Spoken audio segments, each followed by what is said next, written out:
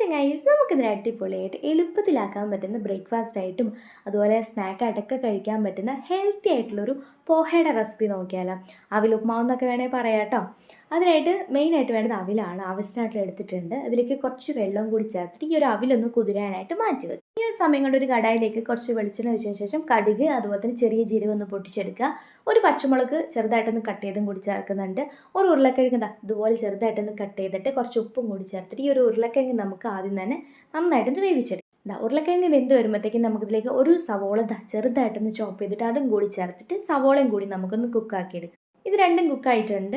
അപ്പോൾ ഈ ഒരു സമയത്തേക്ക് നമുക്ക് പൊടികൾ ചേർക്കാം. 1/4 ടീസ്പൂൺ മഞ്ഞൾപ്പൊടി, 1/4 ടീസ്പൂൺ മുളക് പൊടിയും കൂടി ചേർത്തിട്ട് പൊടികളുടെ പച്ചമണമൊക്കെ മാറുന്നോടം വരെ വീണ്ടും നന്നായിട്ടൊന്ന് മിക്സ് ചെയ്ത് കൊടുക്കുക. ഇത് നന്നായിട്ടൊന്ന് മിക്സ് ചെയ്തതിന് ശേഷം ഞാൻ അടുത്തായിട്ട് ചേർക്കുന്നത് കുറച്ച് കടലയാണ് കേട്ടോ. അപ്പോൾ ഓൾറെഡി ഞാൻ വറുത്ത് വെച്ചിരിക്കുന്ന കടലയാണ്, റോസ്റ്റഡ് ആയിട്ടുള്ള കടലയാണ്. അതും കൂടി ഇതിലേക്ക് ചേർക്കുന്നുണ്ട്. അപ്പോൾ ഞാൻ നേരത്തെ ഓൾറെഡി വറുത്ത് വെച്ചതായതുകൊണ്ട് ജസ്റ്റ് ഒന്ന് ചൂടാക്കാൻ വേണ്ടിയിട്ടാണ് ഇങ്ങനെ സെപ്പറേറ്റ് ആക്കിയിട്ട് ഒന്ന് ഇളക്കി കൊടുക്കുന്നത് കേട്ടോ. എന്നിട്ട് ഇത് വീണ്ടും ഒന്ന് നന്നായിട്ട് എല്ലാം കൂടി ഒന്ന് മിക്സ് ചെയ്ത് കൊടുക്കുന്നുണ്ട്. അടുത്തായിട്ട് ഞാൻ ചേർക്കുന്നത് നമ്മൾ ഓൾറെഡി കുതിർത്ത് വെച്ചിരിക്കുന്ന അവിൽ, അത് ഇതിലേക്ക് ചേർത്ത് കൊടുക്കുക എന്നാണ് കേട്ടോ. എന്നിട്ട് അവിലിൻ്റെ വൈറ്റ് കളർ കാണാത്ത രീതിയിൽ നന്നായിട്ടൊന്ന് മിക്സ് ചെയ്ത് കൊടുക്കുക. ആവശ്യമെങ്കിൽ നോക്കിയിട്ടൊക്കെ നമുക്ക് ഈ ഒരു സമയത്ത് ഉപ്പൊക്കെ വേണമെങ്കിൽ നോക്കിയിട്ട് ചേർക്കാവുന്നതാണ് കേട്ടോ. ഇപ്പം നന്നായിട്ട് ഞാനിത് മിക്സ് ചെയ്തെടുത്തിട്ടുണ്ട്. കുറച്ച് ഉപ്പും കൂടി ഇതിലേക്ക് ചേർക്കുന്നുണ്ട് കേട്ടോ.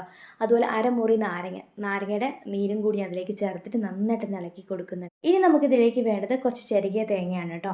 അതും കൂടി ഇതിലേക്ക് ചേർത്ത് ഇളക്കി കഴിഞ്ഞാൽ നമ്മുടെ അടിപൊളി പോഹ റെസിപ്പി തയ്യാറാണ് കേട്ടോ.